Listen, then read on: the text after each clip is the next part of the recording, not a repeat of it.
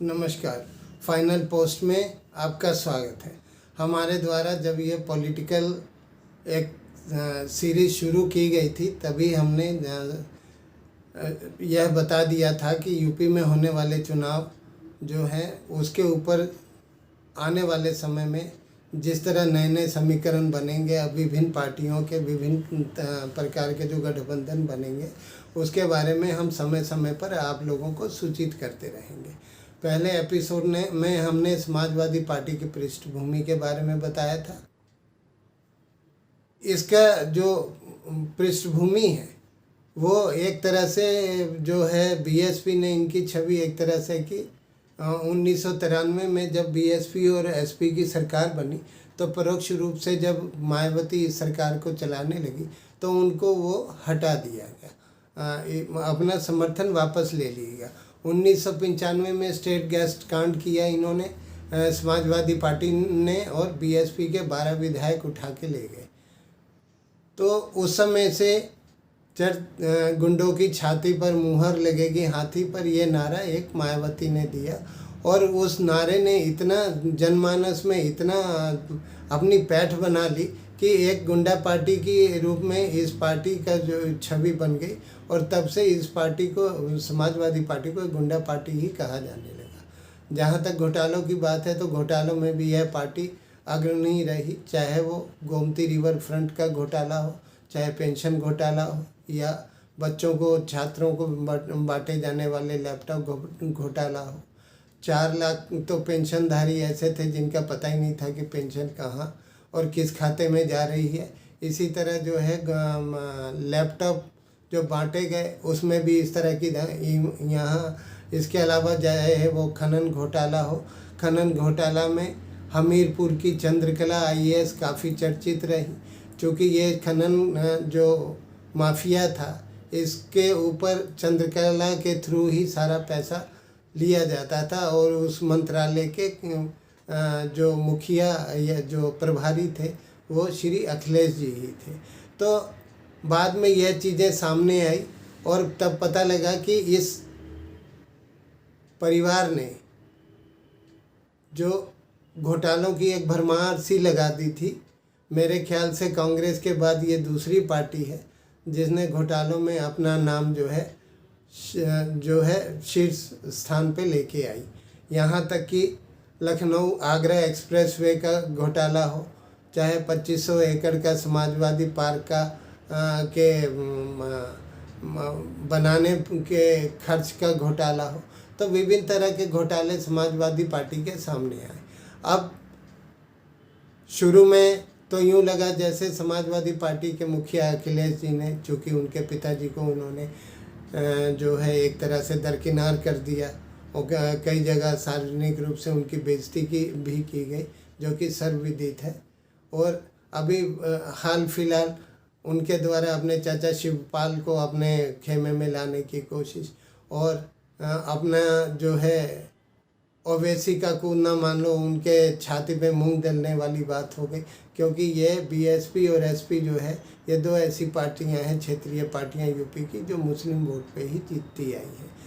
तो कहीं ना कहीं शुरू में अखिलेश ने एक तरह से अपनी हार मान ली, लेकिन ये संयुक्त मोर्चा, किसान मोर्चा द्वारा की गई रैली को देखते हुए और उनको अपना समर्थन देने के बाद इनको ये लगा कि भाई ये माहौल जो है बीजेपी के खिलाफ बन रहा है, इसलिए इन्होंने आरएलडी, राष्ट्रीय लोक दल के साथ गठबंधन के लिए बातचीत की और उसमें कामयाब भी हो गए।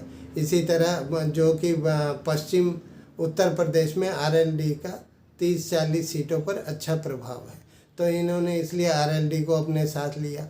और ओम प्रकाश राजभर जो राजभर जाति के हैं, उनका पूर्वांचल में थोड़ा अच्छा दबदबा है, तो उनको भी अपने साथ लिया।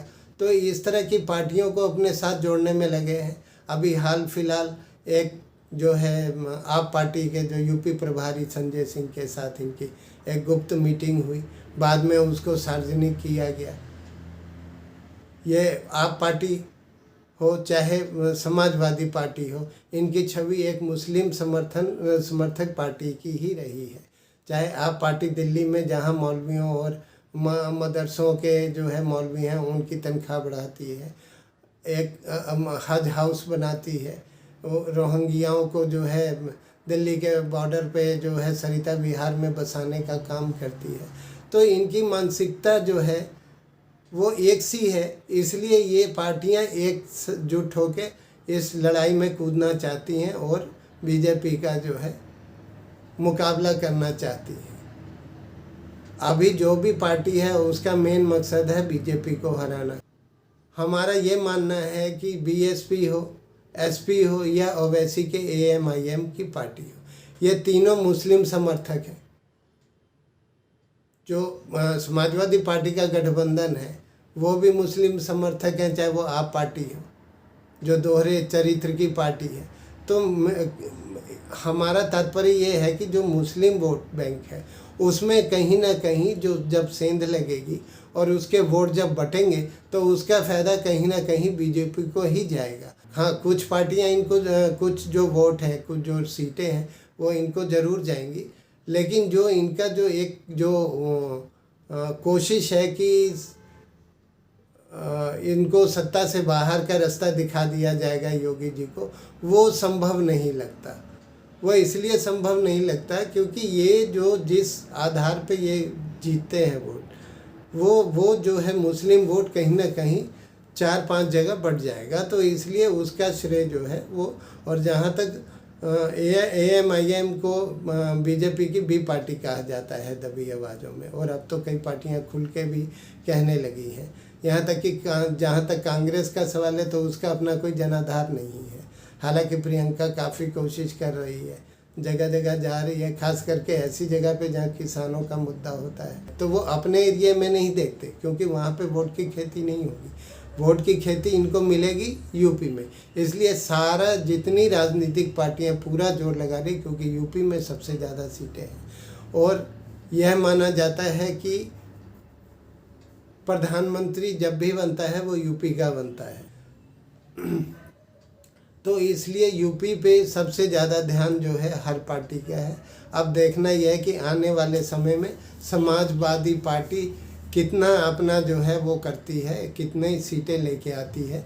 2017 में ये इनके द्वारा, अखिलेश द्वारा ये कहना कि राहुल जी हमारे छोटे भाई हैं और उनको लेकर अपना गठबंधन करके चुनाव लड़ना और 50 को पार भी नहीं कर पाने में असमर्थ रहना, यह दिखाता है कि कांग्रेस तो बिल्कुल ख़त्म ही हो चुकी है।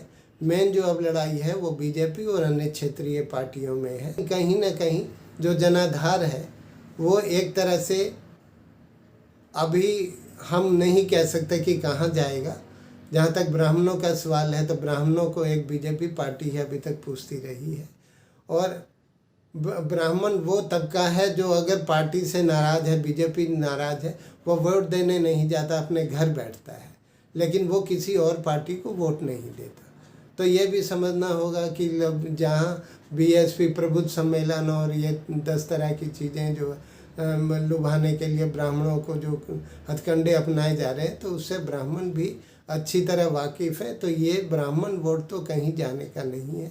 इसीलिए हमारा ये मानना है कि अब यूपी में या तो गठबंधन की सरकार आएगी या दोबारा योगी जी आएंगे, यह देखना आने वाला वक्त बताएगा। फिलहाल अभी तक जो यूपी में जो समाजवादी पार्टी द्वारा जो अभी तक जो हाल फिलहाल जो नए समीकरण बने हैं उनकी जानकारी देना हमारे लिए आवश्यक था। इन्हीं शब्दों के साथ फाइनल पोस्ट से अनिल कुमार मिश्रा, नमस्कार।